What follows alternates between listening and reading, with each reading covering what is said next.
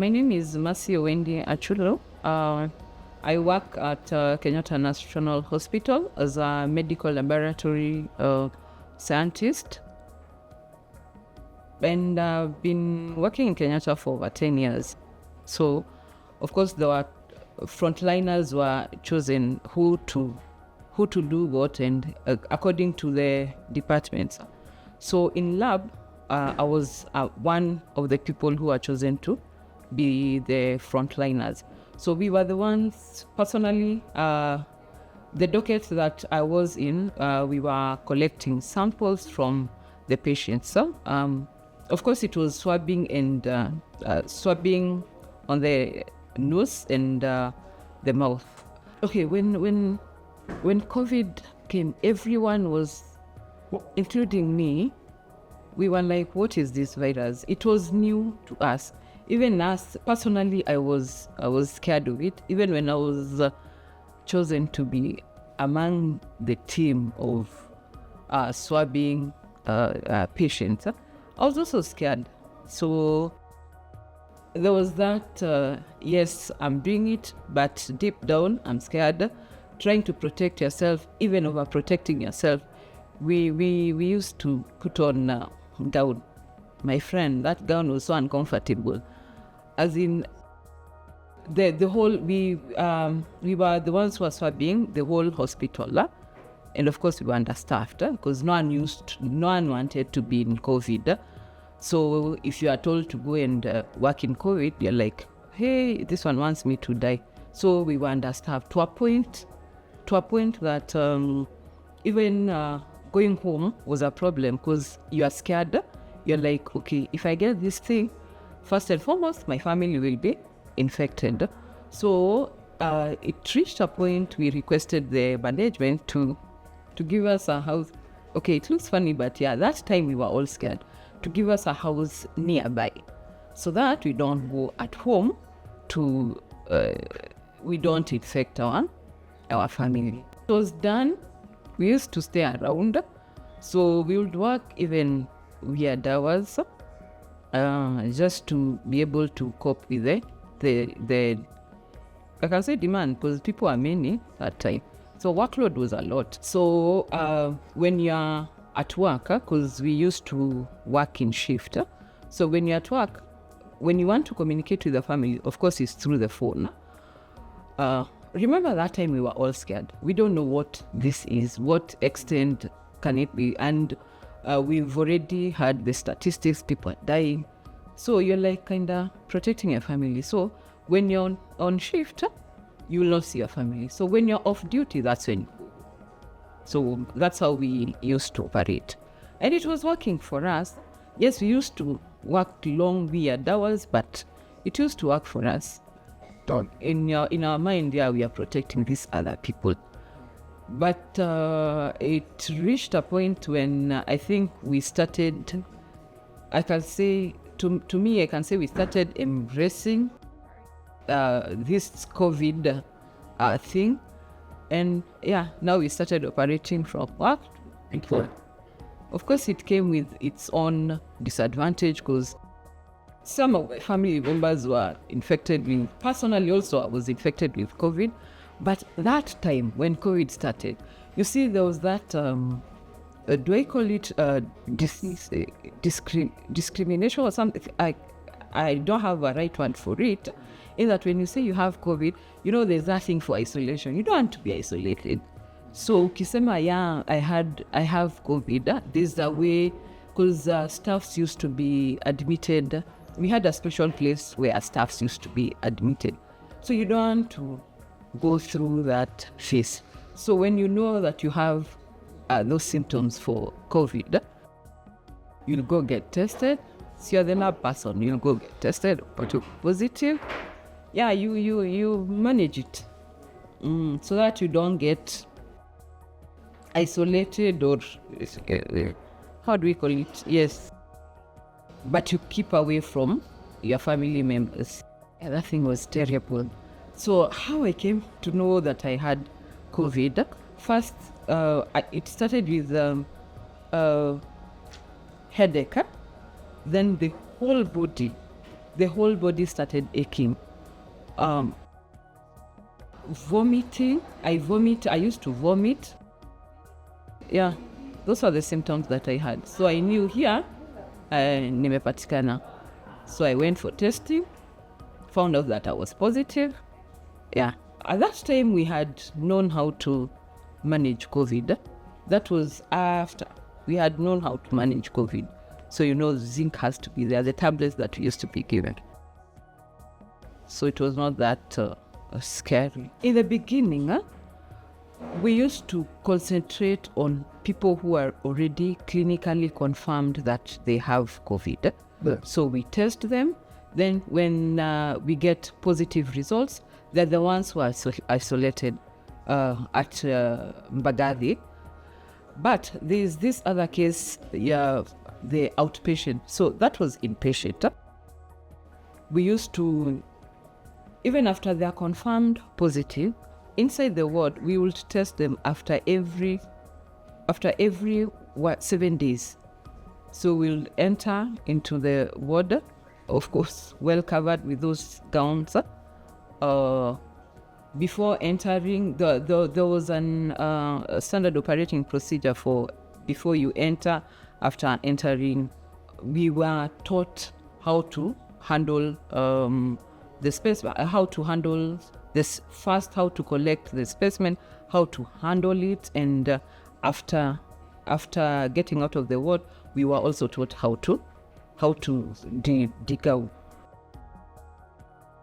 So there was a procedure from when you enter, during swabbing, how to handle the specimen. There was that carefulness and so that we don't infect ourselves. So, yeah. It was more intense when COVID started. I think with time, through those continuous medical education, we came to realize that we don't have to gown ourselves fully because it was so uncomfortable. You can imagine you've gowned yourself from head to toe, going from ground floor. We used to swab the whole ward. It used to be crazy. So from ground floor till 10th floor, you're in that gown. The whole day, you're in that gown. It used to be crazy. It was not a nice experience, actually. So I think with time, after that, we came to realize, actually, you don't need to put the whole gown. There's a way you can just protect yourself, the face, and in case, because most of the time when we used to swab, a patient will vomit on you. A patient will vomit on you, or a patient will start nose bleeding because it was somehow will go deeper. So such things we used to, there's some gowns that we used to put on, not the whole PPE, but yeah, there's a way we used to dress ourselves to protect ourselves from all that. Mostly the number one emotion was fear of being infected. Number two was like, okay, we are one of the frontliners, so we will hear, personally I will hear news that frontliners are really going. So I was like, here, even me, I'm on the verge of going. And at that time, not so many people wanted to work with, especially us, the other staff. There was that discrimination. You'll pass somewhere, you will hear someone, hey, ule ni wa COVID. So someone will tend to share away from you just in case you infect her or him. Now you're like, how will you infect him? When you yourself, you do not have COVID. There was that, we were already labeled, watu wa COVID leo wamefika. So the first times. So people will, when you're walking and you've gowned yourself, people will, they'll try, even the lift. When you enter the lift and people are in the lift, you've already gowned. They get out of that lift. So you remain alone there. The experience was not nice. So inside, when they do that, I'm already scared. I'm going to get this thing. If I get, the family will get it. So in your mind, you're like, by the way, I'm going to die. So there was that fear of getting infection and getting infected, and the fear of dying. Not no one wants to die, so there was that fear. That was number one. Then there was this. I can say the workload was a lot. It was a lot, so it was draining. And that time, even if you're on off, you'll just hear, you'll find a phone call that, hey, there's this, we're overwhelmed, come back. So we never used to, even if you're off duty, you are not 100% off duty, because you'll be called anytime, any day. So those are the things that, it's an experience that I'll never want to experience again. It was not nice. It reached a point personally, I was like, I used to ask myself, when will this COVID end?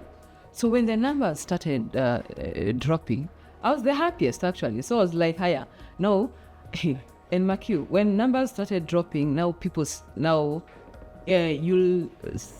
some staffs they used now to get interested to know they want to work in COVID when the numbers started going down.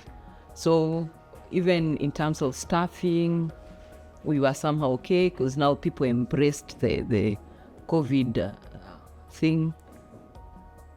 I was happy because I knew now this thing is going to end, and we'll go back to normal. No, that time when I started working with COVID,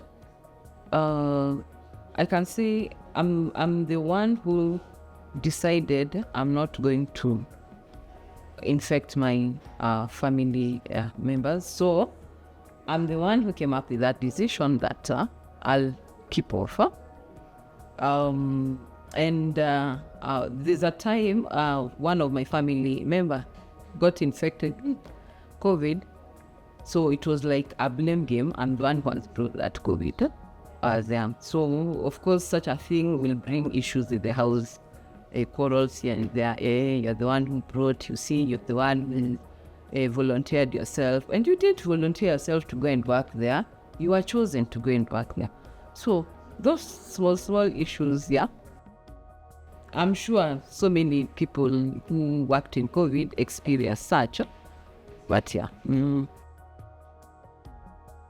So, of course, there are those, we are human beings, there are those complaints of maybe workload is a lot, someone is on duty, you tend to be recalled back, you'll come back not happy. Then there are times when we are now giving report, we will complain about patients being difficult. There are some patients who used to be difficult actually.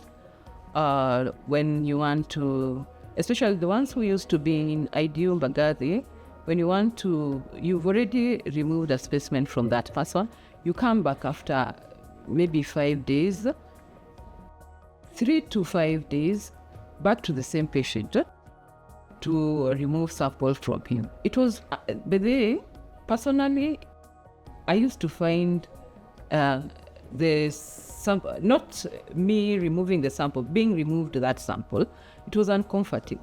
So I would understand when a patient will refuse to be removed, to be swabbed. So some patients will become difficult and others violent also. Violent to a point of maybe wanting to beat you up. So there are such stories. You just wonder how, and there's that notion of the customer is always right. So you will leave him alone or her alone. So during our meetings, there are such stories. So how do you handle such a patient? And that patient has to be swabbed for us to know if he's recovering, so that he can be put to another ward where the people are recovering at there. But he or she doesn't want to be swabbed because it's uncomfortable. Yeah. So we had those challenges. There are many challenges, but those were the major ones. And of course the discrimination. watu wa COVID. We used to be labeled watu wa COVID. Watu wa COVID, yeah, when you pass somewhere. When COVID came and I got to have that experience of patients coming when they're okay, others not making it, others dying when you're seeing them there, you want to get a sample from them. You're told, this one has gone. Personally, it humbled me. I was like, life is short. It humbled me. I learned a lot from COVID, and I'm still learning. And